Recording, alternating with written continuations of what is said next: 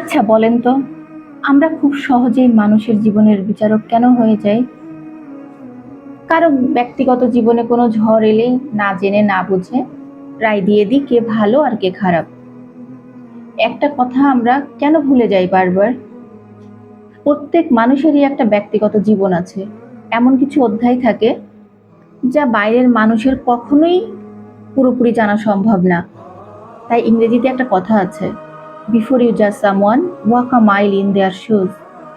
অর্থাৎ কারো অবস্থানে নিজেকে না রেখে তার জীবনকে বিচার করবেন না।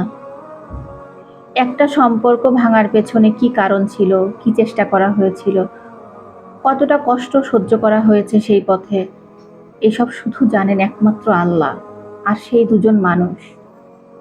আজ যে পরীক্ষার মধ্যে দিয়ে তারা যাচ্ছে, কাল সেই পরীক্ষা আপনার বা আমার জীবনে আসবে না, এর নিশ্চয়তা কি কেউ দিতে পারে? তাই মানুষের কঠিন সময়কে দয়া করে বিনোদন বানাবেন না। কারো ভাঙা মুহূর্তে নিজের ভাষা, নিজের চরিত্র আর নিজের মানবিকতার পরিচয় দিন প্লিজ। আরেকটা বিষয়, কারো ব্যক্তিগত জীবনের একটা কঠিন অধ্যায়, তার জ্ঞান, দক্ষতা বা সমাজের জন্য করা যে অবদানগুলি, সেগুলি কখনো মুছে যায় না।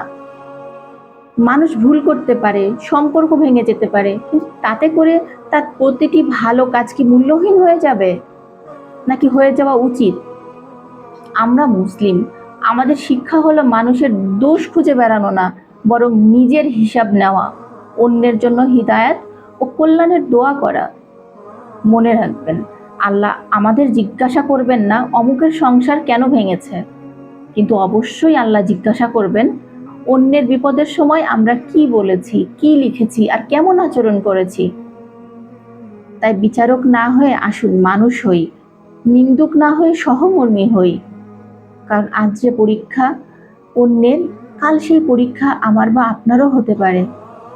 আল্লাহ আমাদের সবাইকে সঠিক বুঝ দান করুন। আমিন।